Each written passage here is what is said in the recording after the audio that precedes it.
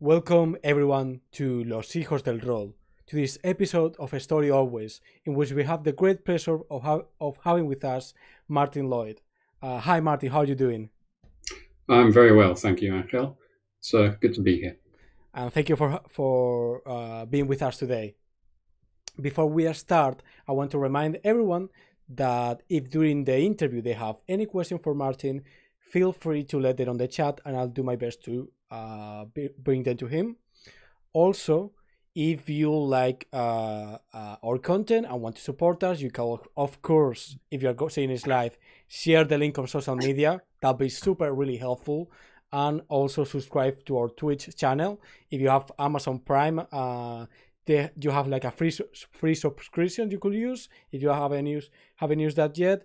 And if you want to do like a one-time donation kind of thing, I have a link on the description of the video and on Twitch for our coffee page where you can donate a coffee to help us support the channel and keep us going. So that being said, today we have with us Martin Lloyd. He is the designer and writer of a game called Amazing Tales.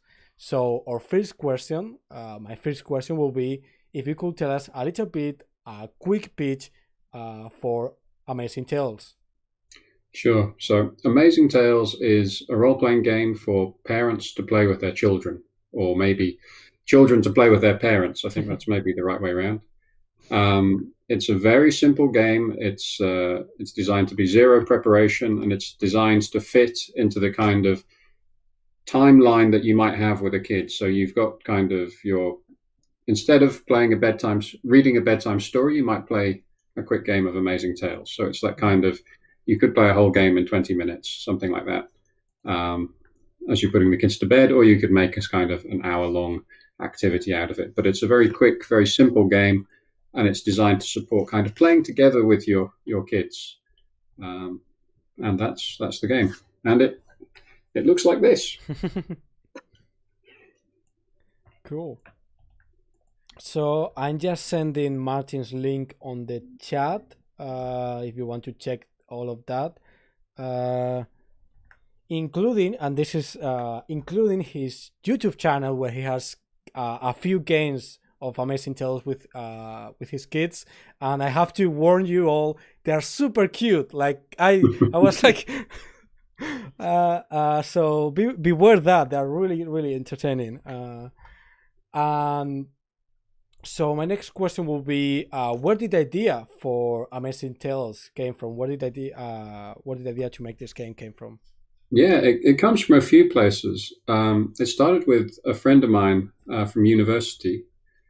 He was a few years older than me, and he had kids a lot before I did. Mm-hmm.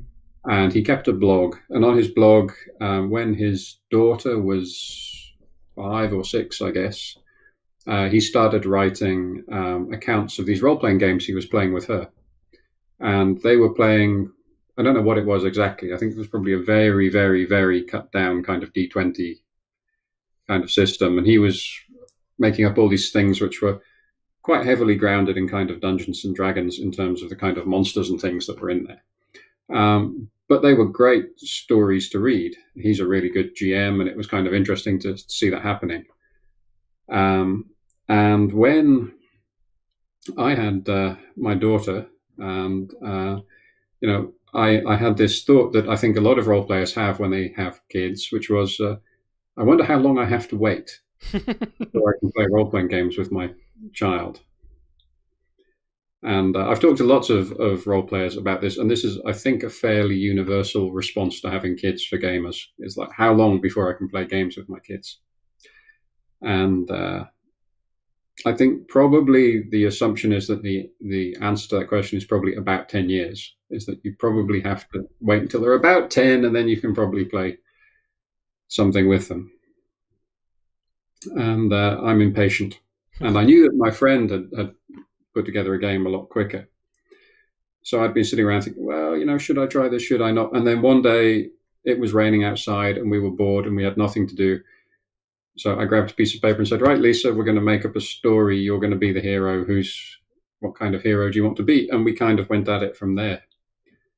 And and it worked stupendously well. I mean, that first session worked absurdly well. We've played probably over 100 games since then, and that was the one that is probably still in the top 5 sessions we've ever had in terms of a really good story came out, a really interesting kind of narrative built up, and good stuff happened. So apart from blogging about it, I didn't do anything else. So we played that game, and then we were like, that was good. We should do that again. And we did. We played some more games. But I didn't really have the idea of doing anything with it. Mm-hmm. Then a few other things. Sorry, when just played that first game, did you use just like a made up system on the moment, or? It was kind of, yeah, it was to some extent made up in the moment, but as it turns out, about 80% of Amazing Tales was there.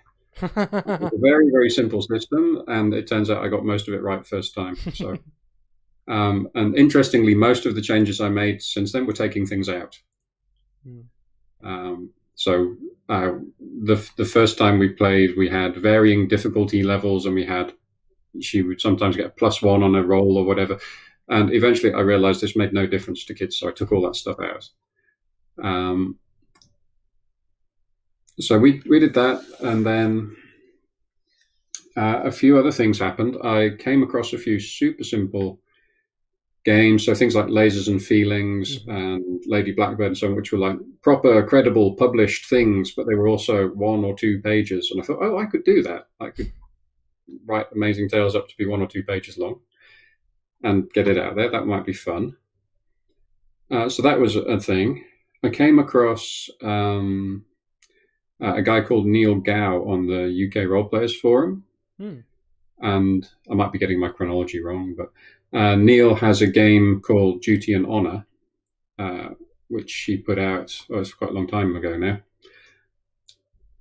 And he wrote a couple of things about, sitting around with his friends around his gaming table and then kind of not really believing he was a game designer, but he had just done it and published a game. They're like, wow, that's amazing. He was like, yeah, it's surprisingly easy.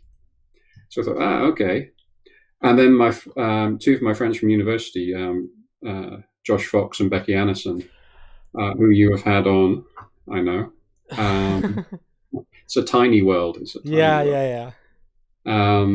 They published Lovecraft-esque. It's like, oh, book. They've gone the whole hog. They've written a book. And then I had a sabbatical from work for 3 months. 4 months, actually. I was very lucky. I got a 4-month sabbatical to do whatever I wanted with. And I thought, okay, it's the kind of project I have lying around that I most want to do. So I'm going to write the game and do proper market research and find out how to publish things and get an illustrator. And so it became a kind of little project for me, partly because I really wanted to publish a game and partly because I wanted to use my sabbatical to learn some new skills and do some new stuff. And so that's how it happened. Cool. And what do you think it was missing, or what do you think there is an issue with other RPGs when it comes to, with most other RPGs when it comes to playing with kids? Yeah, so the usual thing isn't that anything's missing. The usual thing is that there's far too much. And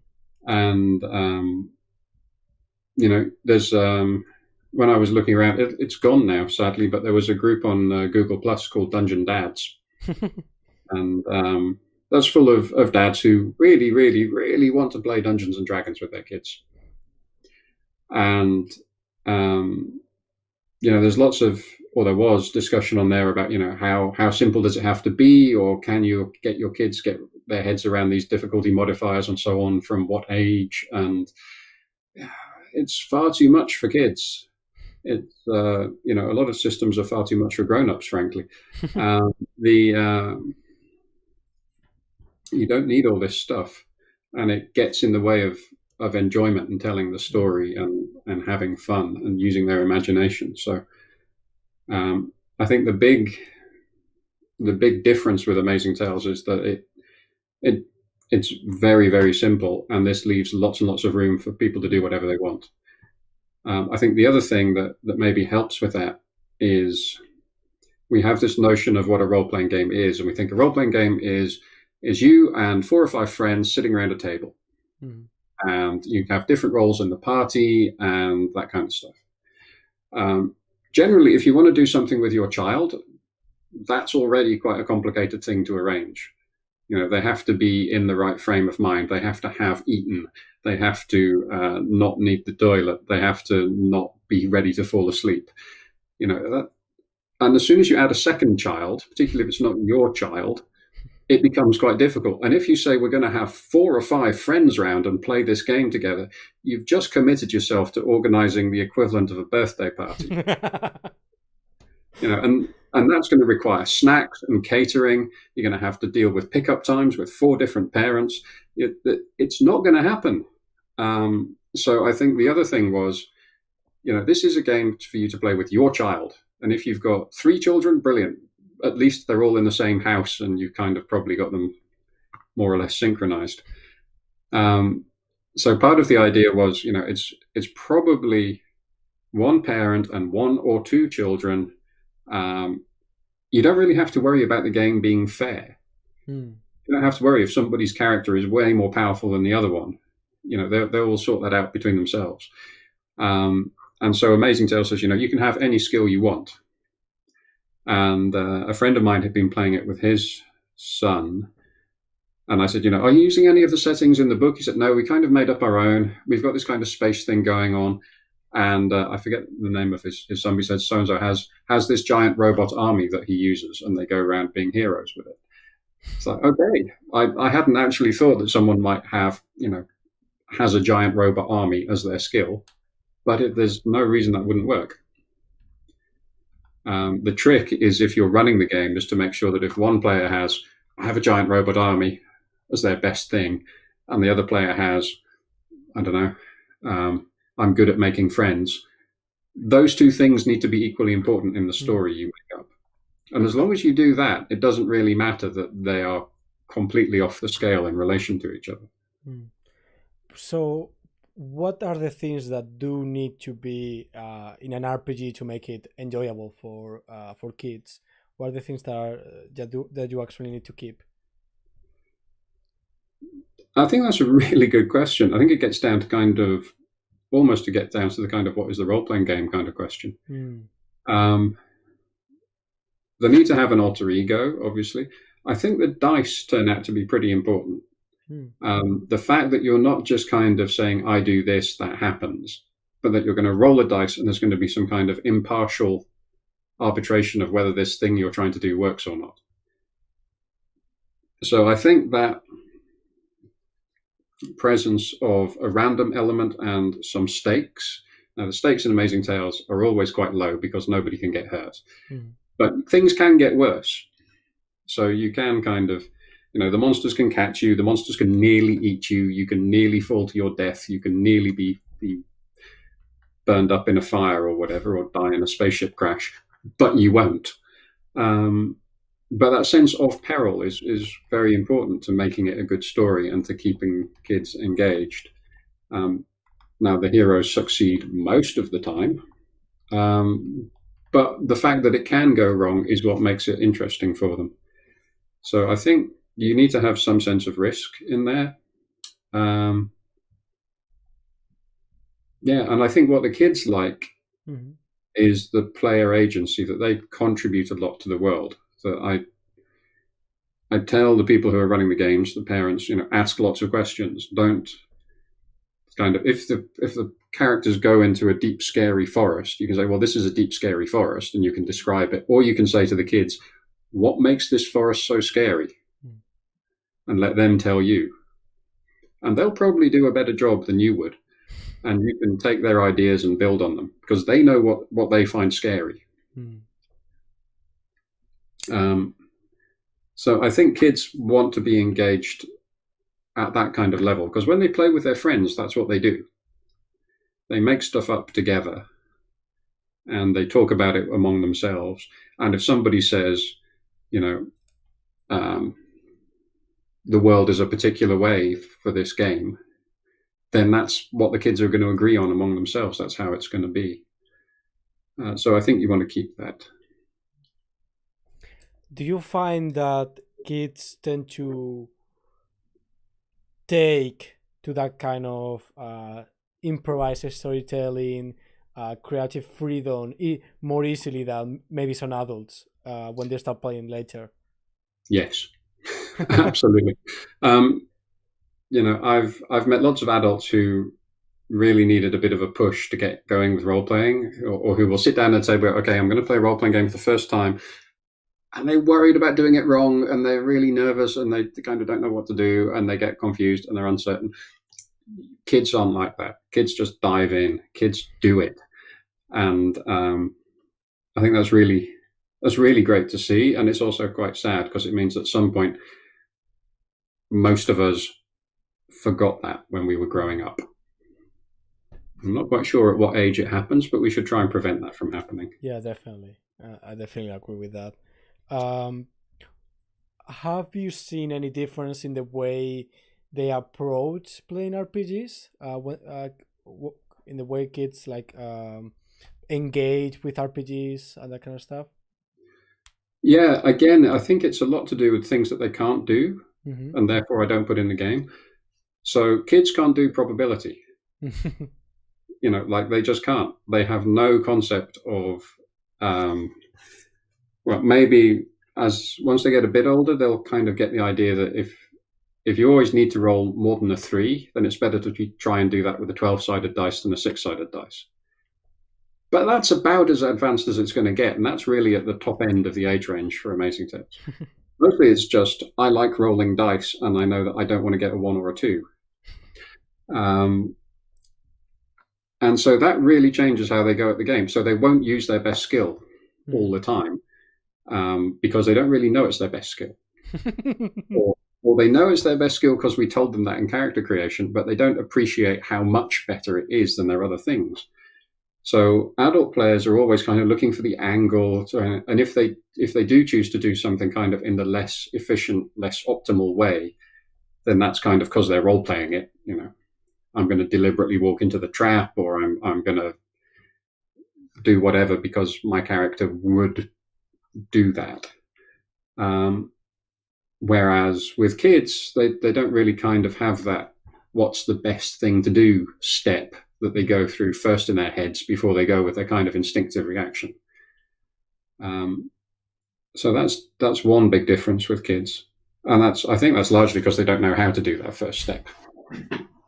I'm sure at some point they probably do get obsessed with rules. I think this is kind of the 12-year-old Dungeons and Dragons players we all remember being. I was certainly kind of obsessed with rules and working out the best way to do things, and the whole min-maxing thing definitely, I think, probably kicks in at around that age. So one to watch out for, maybe. What do you find the most rewarding aspect of playing with your kids? When they do stuff that surprises me, that is better than whatever I've thought of. So in one of the YouTube videos, there is it's the one in the forest. Is that the latest one? No, the second latest one. I think it's called The Wood of Seasons, I think. And they go into the woods, and just before they get to the middle of the woods, I was like, this has all been a bit too easy, and they're looking a bit, or there hasn't been enough kind of excitement. So I put in a monster. I just put in a kind of shadow monster that appears out of the ground and is going to do bad things to them. And one of the things I've learned is that you shouldn't kind of think too hard about the right way to do things. Just throw the challenge at the players, and the players will work it out. And this works for adults as well. You don't have to have a brilliant plan ahead of time if you're the games master. Just throw them something that you can't work out how to beat it, but there's a bunch of other people at the table. They'll think of a clever thing, and you can go, yes, you're right. That was the thing. You worked it out. How clever of you. So I threw the shadow monster in there, and it attacked the heroes. And my son says, I fight it with my shadow. He said, what? And he says, it's the shadow monster, so I'll fight it with the shadow of my sword. And he said that in like literally the time it took me to say it just then. And I was like, that's brilliant. That's brilliant. That's how you fight a shadow monster. I'm sure if I'd done that in a game for grown-ups, everyone would have been like, do we have a spell? Can we enchant our weapons? Or fire? Let's set something on fire. Nobody would have thought of that. And nobody would have expected it to work. But it is such a good piece of storytelling. So I really like it when that kind of thing happens. Yeah, that sounds really, really cool. In what ways do you think kids enjoy playing RPGs that they don't necessarily get from other activities, other like fun things that they do? I think one of the things they get to do is they get to really do something together with their parents. So a lot of parent-child time is pretty one-sided, to be honest. If you've ever played Snakes and Ladders with a small child, then you will understand that they find this to be an extremely exciting tactical game. And they will explain to you at great length that they're really good at rolling fives or, whatever it is they need to roll. And if you're an adult on the receiving end of this is tedious. And you realize that you have got at least another 2 years of this to go. And your kids probably kind of pick up on that a bit. And the same goes for, the bedtime stories. Bedtime stories are great, but it's so much better once they stop asking for the same ones again and again and start moving on to books that you might enjoy the story of as well. So I think part of it is that you get to do an activity together that's interesting for both sides. And I think the fact that Amazing Tales is zero prep helps that, because as an adult, you have to be making stuff up as you go. And that's actually quite hard work. Lots of people don't like to be the games master in their regular game or whatever. Or people like to do their prep ahead of time. But it's nice and easy, and there's lots of simple things you can do to make it work. And your kids will help. But in the end, the kind of a lot of the mental heavy lifting is on the parent, which is good because the parent has an adult brain and they can do that. And the child just has to be the character, and that's a lot easier for them. But both sides are having to work quite hard to make this work. And so that's a thing you're doing together. And parents and kids don't have lots of activities that work like that. Usually either the kid is like super engrossed and the adult is bored, or the adult is really doing everything and the kid can tell. And it's kind of like if you try cooking with a 5-year-old, it's like, okay, you stir, I will do everything else. Now you put, I've sliced these things up, can you put them in now? I think the kid probably understands that, mummy or daddy is doing most of the work in that scenario. But when you do this, you're really doing it together. And I think that works. I think that's why one of the reasons I think kids really like it is they get to have that kind of time with their parents, which just across a whole range of activities doesn't happen that often. Oh, that's really cool. I had never thought about that. Yeah, I'd like to say I thought of that while I was designing the game, but I realized it afterwards. So your game, the rules of the game is just one page, which by the way, I wanted to do this really quick because I really love the start of the rules, kind of the definition of what you play, because I think it's a brilliantly put, like in such a short space. It says, and I read, you are going to make up a story with your child. It will take between half an hour and an hour, and neither of you knows how it's going to end. At times, you roll dice to see what happens next, and it's going to be amazing. Ready? I thought I just wanted to mention that because I really liked the way you put that. Thank you. I really like that kind of writing where it's like you are saying a lot with very little. So we have like a single rule of pages of sorry, a single page of rules. But then, how is the rest of the game structure, and how do you provide support for the parents on top of that? Yeah, so there's a single page of rules, and then there's lots of stuff about things that might happen and things you can try and suggestions. And that's broadly divided into two chunks. So there's kind of advice about each of the rules. So there's the rules about how you make up a character, and then there's a few pages about, okay, these are things to try when making up your character, or helping your kids make up their characters. And the most important one being, don't let them use their own name. If you ask a kid, there's going to be a story and you're going to be the hero, what should your name be? At least half of them are going to say their name. And you cannot let them do that. Because later on when you say, and then Bobby got flushed out of the airlock, what do you do now? Bobby may well freak out and stop playing at that point. Whereas if it's Spaceman Sam, Bobby is probably fine with, Spaceman Sam's not going to die. And Bobby knows that he's not Spaceman Sam. So there's kind of suggestions about each of the sections in the game and what to do in special situations. So combat's a big one for people with kids, for instance. How much blood and gore do you want in there? The answer is your kids probably want lots. Yeah, your kids are probably going to be like, I cut off its head, I stab it in the face with my dagger, I hack it into lots of tiny pieces.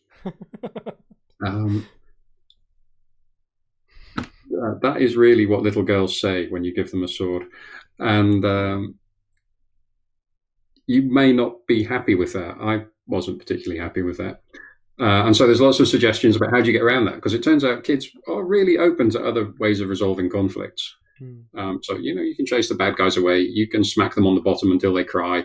All these things are way cooler than just cutting its head off.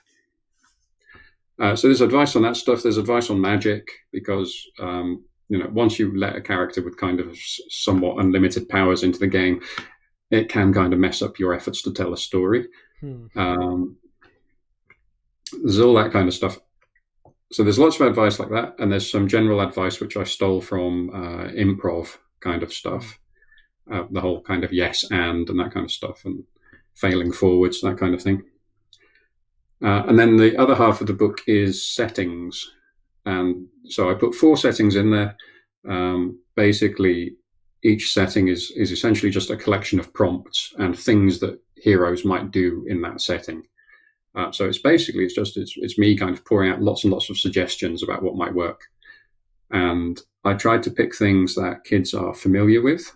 So one thing about kids is that they're not familiar with that much stuff. They certainly don't know about genres and genre conventions. So if I sit down in a game and someone says, you're playing Cyberpunk game today, I know what I'm doing. I'm expecting, augmented humans. I'm expecting questions about the nature of humanity. I'm expecting evil corporations. I'm going to put all that stuff in. If I say to my kids, you're playing a Cyberpunk game, they're just going to look confused. And the same for almost any other genre you can name. But they do understand some things. So they understand pirates. Kids know about pirates.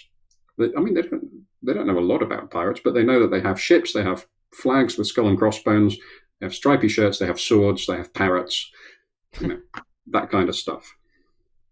They know about kind of knights in armor and castles and that kind of thing. So there's a magical kingdoms kind of setting. They know about space vaguely.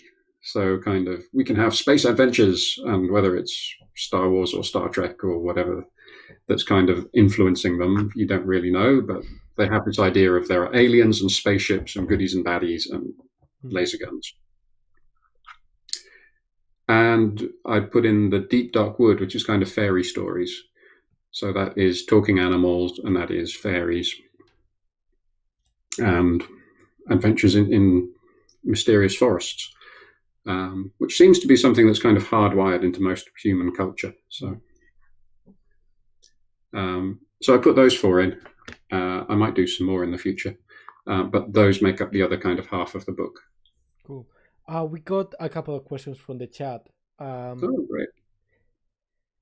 A fellow parent is asking, did you feel at any time that the kids were actually taking the mantle of GM more than you? And he says that he did. He actually did. Yeah, it hasn't happened too much with my kids. I've heard from other people that it definitely has happened. Mm. And I've explicitly asked my kids to run games, and they ran a game for me, which was great.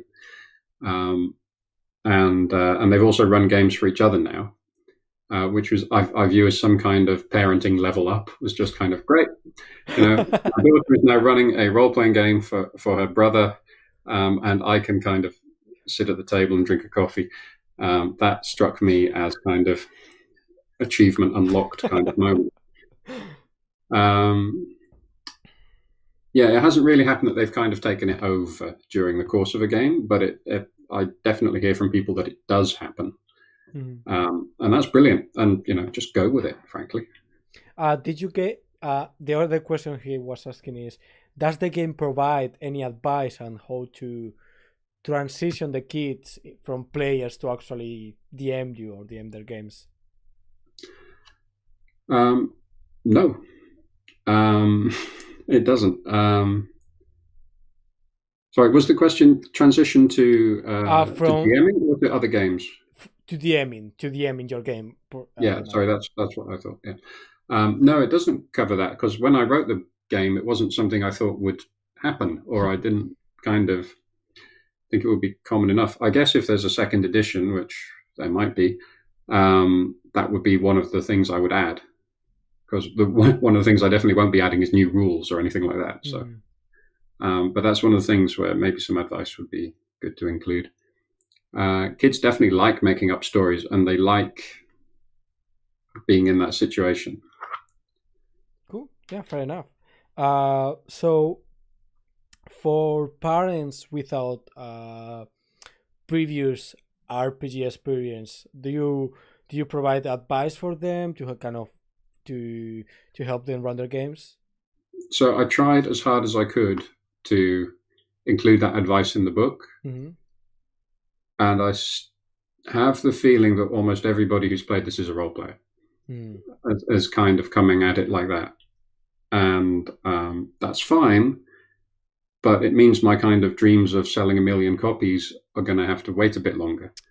So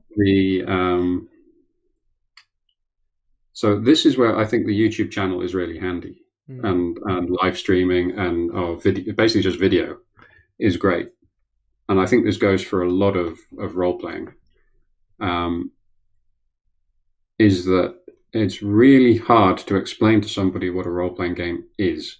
It is the only way to really understand it is to play one. But watching some people play one is almost as good. And being able to watch some people play roughly the game you're going to be playing later, more or less on demand, is amazing.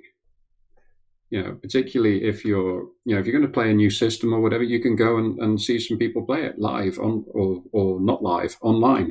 That's amazing. And if you're thinking of playing a really well-known module or something, you might even be able to watch some people playing that. And if you're the GM, that's super handy, being able to say, okay, I've just watched somebody run that module, and I'm going to steal what they did there and what they did there, and I'm definitely not doing that thing they did there. So I think that, for one of the things I want to look at is making better videos. And one of the reasons is that for people who are new to role-playing games, I think that could be great. Yeah, definitely. I think that could be a really good introduction for people, because it's true, like, especially I imagine for a parent to try something that's unfamiliar with and kind of use their kids as lab rats is probably not something that they initially feel comfortable if they don't really know what they're getting into. Yeah, and if you're a grown-up of kind of roughly my generation and you haven't played role-playing games, you've probably heard of them, and you probably have this vision that involves a lot of dice, a lot of rules, and some really thick books. Mm. And it's like, can you really make that work for a 5-year-old? I would be really skeptical if someone said you could. But if I saw it on a video and I realized how simple it was and I saw a 5-year-old doing it, then I'd be like, oh, okay, my kid can do that. I have a great little video clip, which I do need to put online somewhere, of a little boy who is almost 3 playing Amazing Tales. So he's almost 3. He's the youngest player I know of. That's really cool. So what is the most common mistake parents make when playing RPGs with their kids? I don't know. Okay, yeah, I don't maybe. know. I suspect it's to do with, when I was doing the research for the game, I watched, I hunted around YouTube, and you do find various videos people have recorded of them playing all sorts of games with their kids. And you do see quite a lot of games, usually where it's kind of these people who want to play something like Dungeons and Dragons with their kids. There'll be a dad, it's always a dad, he'll be GMing, and the game will be a bit like, okay, you walk into the room and there's 4 skeletons. What do you want to do? And the kid looks a bit confused and is, okay, I think you should shoot them, so you should roll this dice.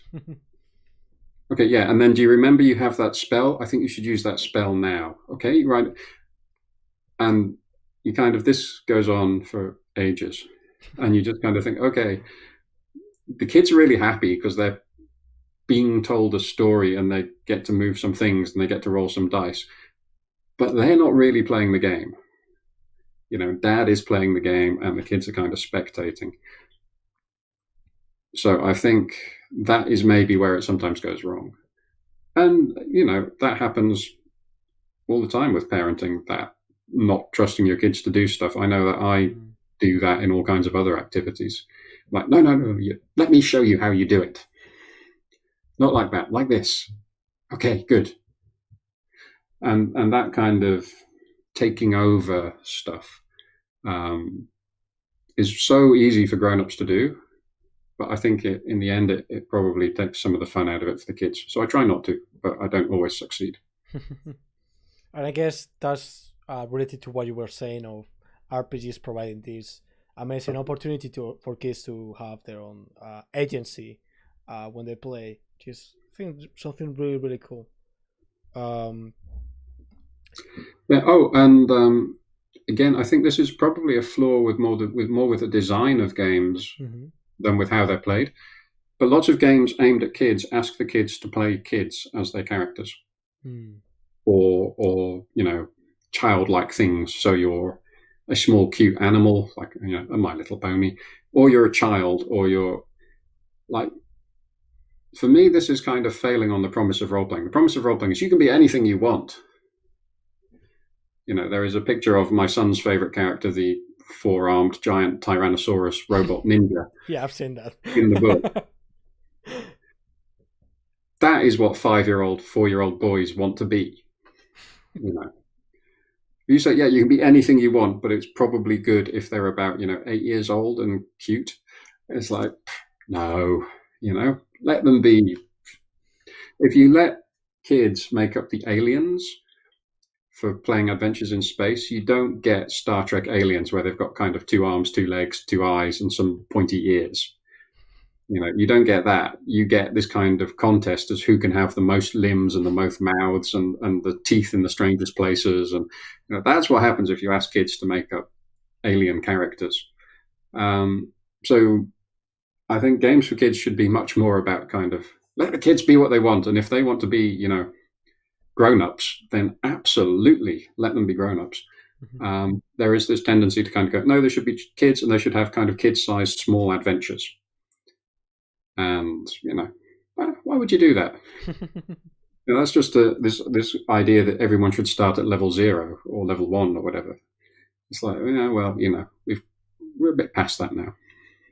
Yeah, I mean, I remember when I was a kid with 4 or 5 years old, and I was playing this complicated multiple kids games of superheroes, and I was a Spider-Man or whatever. It wasn't That's the kind of thing that you want to play with. Like, Yeah, exactly. Kids don't kind of go, "Oh, I want to be Spider-Man, but I'm a child, so I'll be Spider-Boy." You know, like if you're playing Batman and Robin, the children are not going, "I want to be Robin," because that's age appropriate for me. That's not how it works. so how does Amazing Tales encourage that kind of creativity in the kids, if it needs at all? Maybe it doesn't even need to, but I don't think it really needs a lot of creativity. I mean, the key thing is it just instructs the games masters to ask questions hmm. about as much as you possibly can, and to get to the. I don't know if it's explicitly in there, but I think a sign of a good games master is trying to ask, "What do you do?" as frequently and as quickly as possible. So, something happens, describe what the result is, and as quickly as possible get to that "what do you do" question. So you're always throwing the agency back to the players. What do you do? What do you do? I think that generally works pretty well. And when something succeeds, ask the players to describe it. Or I think you should keep the fails for yourself, because then you can really kind of ramp things up. But if you're, and I do this when I'm running games for adults as well. If the players roll a success, if it's fairly obvious what that success would be, then they get to narrate it. If it's like you found a clue, then okay, maybe I want to tell them what the clue is. But if it's, if it's you hit something with your sword, then by all means they should narrate that, and they should say how cool it looks. And absolutely for kids, keep throwing the agency back to them and say, all right, your magic spell works. What does that look like? And they'll surprise you, and it'll be cool. Yeah, absolutely. And do you think playing RPGs can be beneficial for the kids in any way? And I know, like, I think having fun is really great on its own. But do you think anything beyond that in terms of creativity, math, maybe anything like that? Yeah, absolutely. So I have a very strong kind of conviction answer, which is yes. All kids should play role-playing games. It would be brilliant. And then I have been doing some looking. I wanted to put together an article on kind of what are these benefits for kids. And I thought, well, okay, I can make a whole bunch of stuff up, but what I would like is some peer-reviewed research. Mm-hmm. And I am struggling to find it. Now, that might be because I don't have the rights to get into the right journals. That can be expensive. But I think partly it's just because it's not really been done. There's more people doing more stuff now, I know, and there are people who are a lot more into this than I am. And I know there are therapists out there who use role-playing games as part of their therapy package. I also know that I've had some parents of autistic kids write to me saying, we've played Amazing Tales with our child and it's been fantastic. So good for them. I've also had parents of autistic kids say, well, we thought it might work, but we tried it and it really didn't. So, it's definitely not a silver bullet for that. I think, yeah, there are advantages. Probably not so much on maths with Amazing Tales, because there's number recognition, but beyond that, there's not really much. And it's the same for kind of, people say, Dungeons and Dragons is great for learning to read, probably is, but the kids aren't reading the rule books if they're playing Amazing Tales. I think you are getting a sense of making up stories together. I think it is, role-playing in general, I think is really good for your empathy and your ability to kind of see conversations from multiple sides. And one thing that, kids do loads of role-playing to learn stuff in general. When they're playing shop, that's how you learned to go to a shop and buy something, was by pretending to buy things from your parents again and again. And so role-playing games let you do that kind of stuff. How do you have a conversation with someone who you're sure is lying to you? That's something you can actually practice in a role-playing game in a context that makes sense for the kid. how do you have a conversation with someone who's threatening you? How do you try and persuade someone to do something? How do you, these are all kind of things that adults do all the time, sometimes well and sometimes badly. But we learn that as we grow up. But role-playing games gives you a chance to kind of do all these interaction things at a much younger age and in a completely safe environment. So, if you're trying to convince the spider witch to let the princess go, then you're going to learn something about negotiating tactics. Now, you're not going to make it that explicit, but when you're 4, just the idea that you might have to do something other than ask nicely,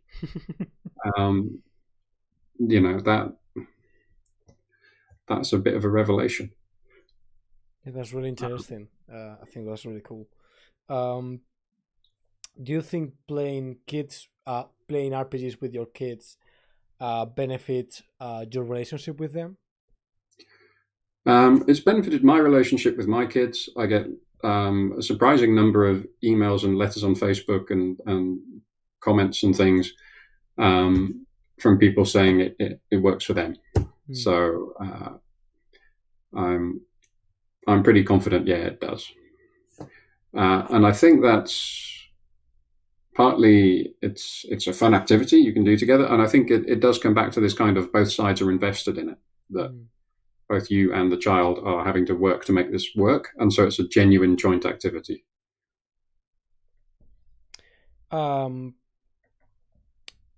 So one thing you mentioned that I'm kind of interested in is when you were researching how to market the game.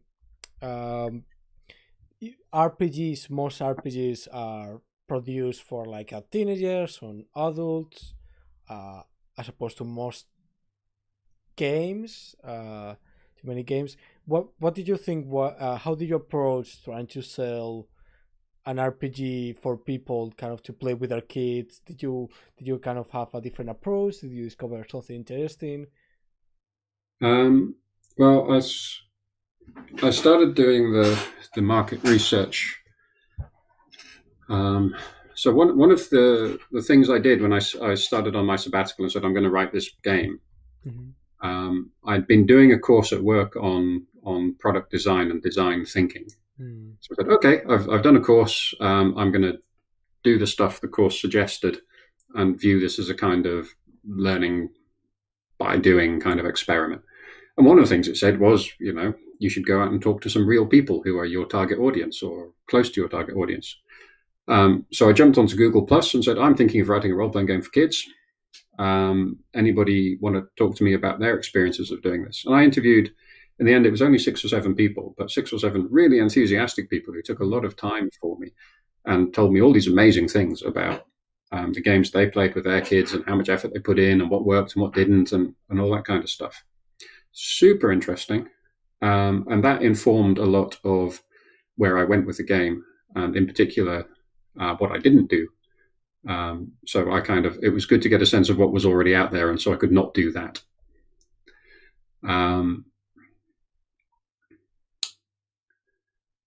So part of it was about understanding what people wanted ahead of time, and then in terms of marketing, it's important to know who your target audience is, and it's important that your target audience is big enough that you can reach a tiny fraction of it and still sell a decent number of copies. And so my target audience is people who like role-playing games and have young children. I reckon those people are a good fit for my game. And, they might like some other game better, but they should definitely be considering my game. And I think that's important. And I see a lot of games get written which are, the audience is probably really niche and is often already quite well served. So, there are a lot of Cthulhu-related horror games. And I have a few indie ones, and I have all the traditional ones. I don't need another one. And if somebody says to me, well, but this one is Cthulhu in a completely new setting, I may steal your 1 or 2 sentence pitch for your setting and cook something up myself, but I'm probably not going to learn your system just so I can play it. Mm-hmm. So I think there are lots of games which are very, very niche, and that limits their replayability, and it probably limits their reach. Mm-hmm. And there's nothing wrong with that, assuming that you know that's what you're making. If you're making a game like that on the hope that you're going to sell lots of copies and it's going to be wildly successful, then you're probably kidding yourself. So to some extent, I was very lucky. The project I wanted to do as my side project was also kind of commercially viable as a thing that lots of people might buy. Second thing I've learned is that there is an assumption among a lot of game designers I talk to or I see talking on the internet, mm-hmm. that you have a kind of boom and bust cycle for your game, that you release your game, you sell lots of copies, and then you go and do something else. And that kind of, you have a window of attention, and then everyone who was going to buy your game has bought your game, and then it's time to do the next thing. Mm-hmm. Amazing Tales has been out for 14, 15 months, something like that now. And I've had a little bit of a sales peak. December was very good, but I think it should be able to grow more. I don't see a reason. I certainly don't see a reason for sales to stop, and I hope I can grow the sales. Mm-hmm. In order to do that, I have to keep marketing the game. And so I guess the things are, don't believe in a kind of sales cycle until you've got some empirical evidence that you've exhausted your target market or whatever. And if you're trying to market your game. You have to keep doing it. You have to keep pushing it out there. And lots of stuff has really long lead times, I have discovered. So, podcasts who say like, yep, come and approach us 3 months before you want the podcast to go out. Okay. Coming from a job where I was used to working with newspapers and things like that, where, they need a bit of a lead time, but, 3 or 4 days is usually plenty, to something that's much more kind of based in hobbyist media, if you like. Lead times are much longer. So I've been kind of getting used to that. I think if you've got your target audience right, then paid advertising works, or at least it works for me, because there's enough people out there that I can, and they're easy enough to target that I can reach them. Yeah, those are some of the things I've learned. I don't claim to be an expert on marketing. It's a very dark art. Yes, definitely. So kind of to finish off my last couple of questions, what was some issue or problem or difficulty you found or mistake you did while designing the game, and how did you approach solving it, and how did you solve it? Ooh, those are good. Let's see.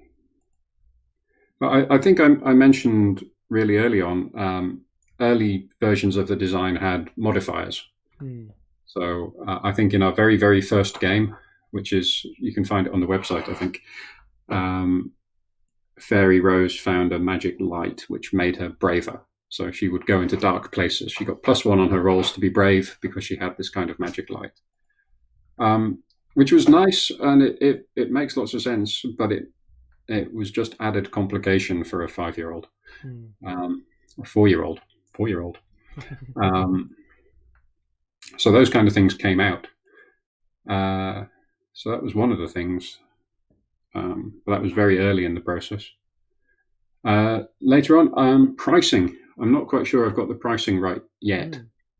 Working out how to price a game is really tricky. And you also have a kind of tension between your PDF pricing and what that says about your retail pricing and how the resale price structure works.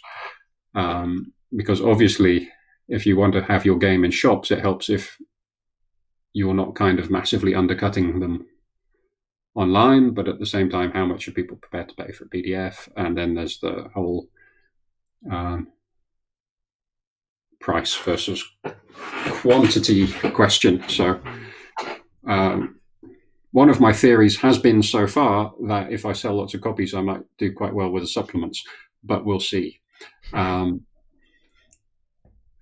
that points towards a kind of lower initial price.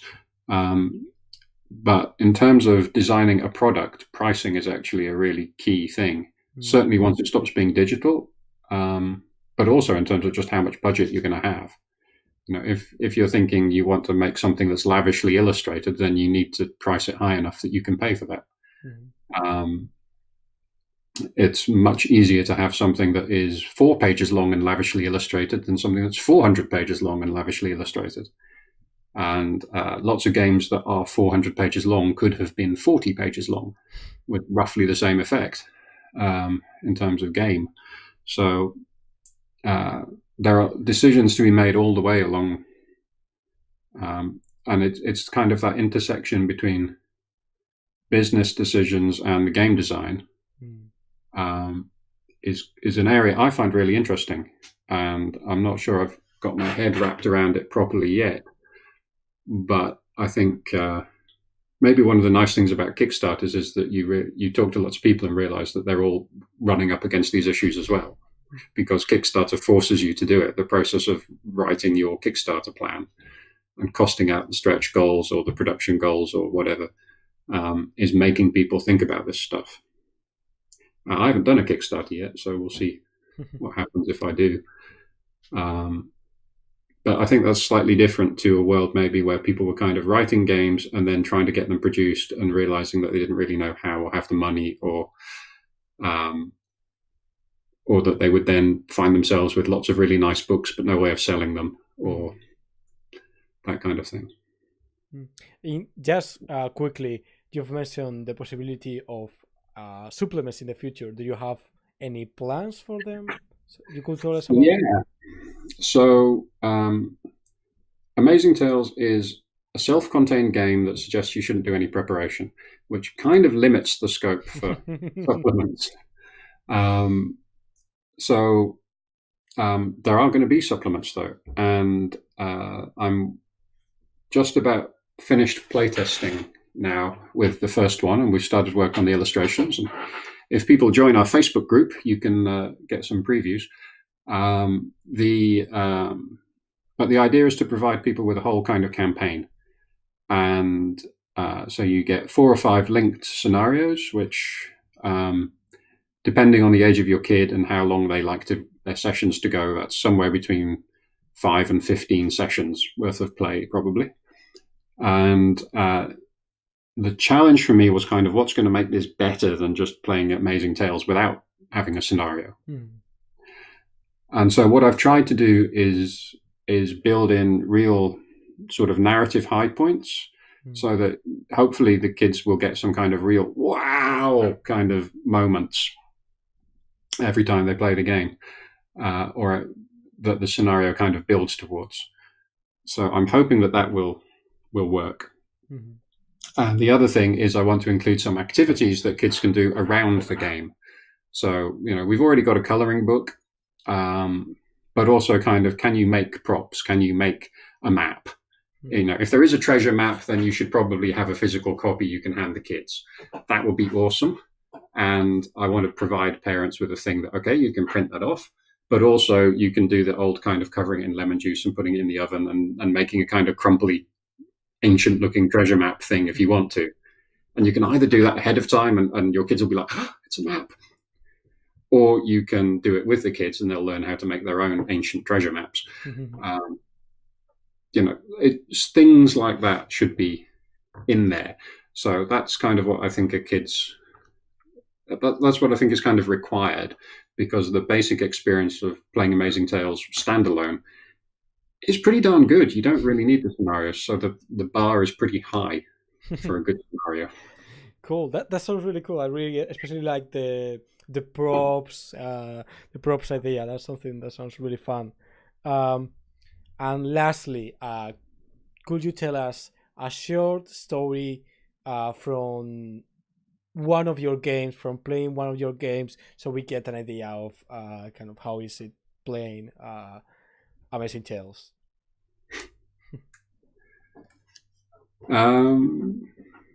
Yeah, well, it's a good one. Well, there's a bunch on the website if people want to go and read them at amazing-tales.net. Yeah, I leave all of that on the description. That's on the chat Brilliant. as well. So Go there, click on the actual play links, and you can read accounts and you can watch the YouTube channel and things. I told the story about the fighting the shadow monster earlier. There was one little episode in our very first game with my daughter, and it was when I realized that she'd really got it, that she was really, really role playing. And so she was playing a fairy called Fairy Rose, and Fairy Rose had been told by a squirrel, and this scene is illustrated in the book, actually. Fairy Rose has been told by a squirrel that Princess Melody has been captured by the Spider Witch and taken off to her evil castle. And so Fairy Rose goes on an adventure, and she has to go through a scary forest, I think, and she gets to the castle, and she has to explore this dark and frightening castle, and they explore, and she eventually finds Princess Melody, who has been trapped in a giant spider web, and she gets her out. Oh, and to get to the spider web, they've had to cross this kind of crumbly rope bridge, and they're making their escape, and this old rickety bridge has collapsed. So the bridge has collapsed. What do you do? And my daughter just kind of looks at me and says, "I'm a fairy. I've got wings. I'll just fly across." Of course. I was like, yeah. Okay, Games Master had forgotten that the character has those powers.